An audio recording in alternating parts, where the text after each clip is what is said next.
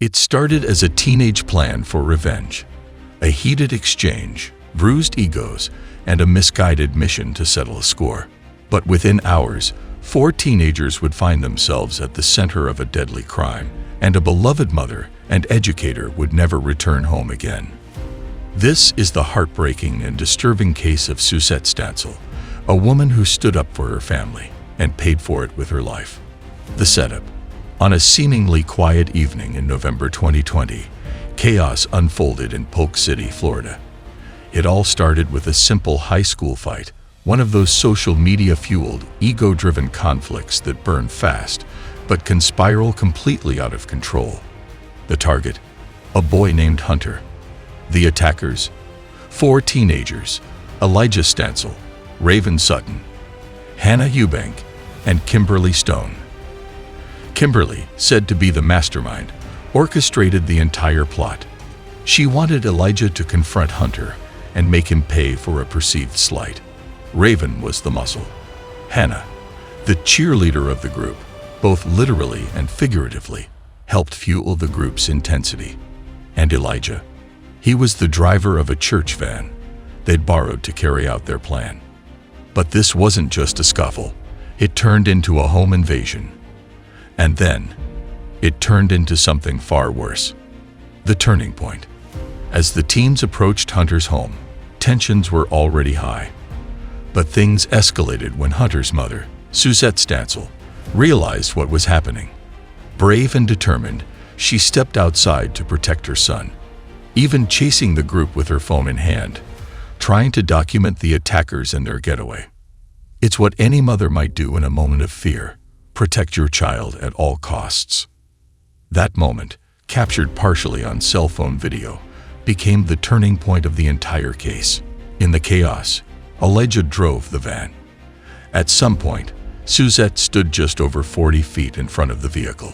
Investigators would later determine that Elijah had ample time and visibility, a full 3 seconds, to stop or swerve.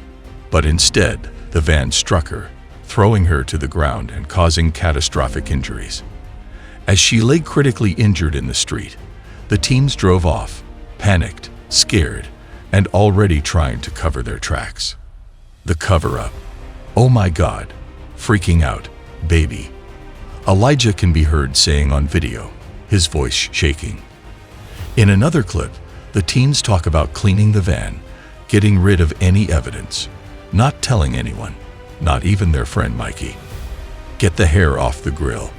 Make sure there's no blood. The paranoia was setting in. But what's worse is the lack of remorse. They weren't checking on Susette. They weren't calling 911. They were trying to stay out of jail. And yet, as they drove and panicked, they left behind more evidence than they realized. Video recordings, audio, cell tower pings. Enough for investigators to start piecing together exactly what happened that night.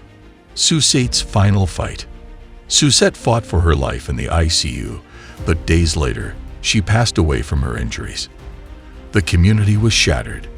A mother, a teacher, a respected member of the town was gone, all because of a teenage vendetta. Authorities weren't going to let it go lightly. All 4 teens were arrested. At first, they were charged with attempted murder, but once Susette died, those charges escalated quickly. Elijah, the driver, faced the most serious charge: first-degree murder. The investigation begins.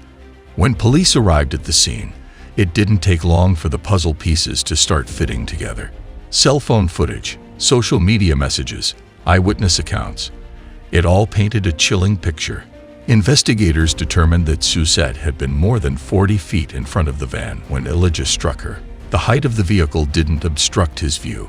She was 5'5", taller than the front of the van. In fact, one of the teens in the back seat later said she could see the top of Susette's head. Elijah had the time, the visibility, and the opportunity to avoid hitting her. But he didn't. His defense would argue that he didn't see her, that she stepped into his path, that it was an accident, maybe even her fault for trying to take photos and getting in the way. In fact, Elijah told the detective he thought he only hit her with his side mirror. But forensic evidence said otherwise. The tire impressions, the blood, the van's trajectory, everything told a different story. Prosecutors believed Elijah had at least 3 full seconds to decide, and instead of stopping or swerving, he accelerated. And it wasn't just a tragic mistake. The state argued it was murder, first-degree felony murder, because the teens were fleeing from a felony, burglary with assault. When Susette was killed, they didn't need to prove Elijah intended to kill her, just that she died as a result of the felony. The courtroom and the consequences. All 4 teens were brought up on charges. Initially, it was attempted murder, but after Susette passed away, everything changed. Raven Sutton, who took part in the assault on Hunter, accepted a plea deal.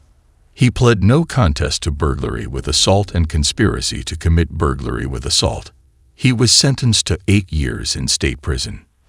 Kimberly Stone, the teen who orchestrated the entire plan, also pled no contest and received 7 years. Hannah Eubank, the youngest of the group and arguably the loudest voice among them, pled guilty to 2 counts of burglary with assault. She got 6 years. Each of them was credited for time already served while awaiting trial. And aside from Hannah, who had a past juvenile charge for using a fake ID, none had prior criminal records. But Elijah? He was charged with first-degree murder and burglary. He chose to plead not guilty and did not testify during his trial. The jury had 2 routes: premeditated murder or felony murder. They didn't need to decide that Elijah set out to kill Susette, only that his actions during the commission of a felony led to her death. And that's what they decided. In June 2022, Elijah Stansel was found guilty of first-degree murder and burglary. His sentence: life in prison without parole, plus 15 years for burglary. What happened next? After sentencing, the community was left shaken. Polk County Sheriff Grady Judd didn't hold back. "You don't see this kind of murder," he said. "This wasn't a robbery or a drug deal. This was teenagers going to fight a kid, and they ended up killing someone." Susette never made it to another Thanksgiving. She never returned to teach the children in her neighborhood. Her life was stolen because of a reckless, violent decision made by teens who thought they were untouchable.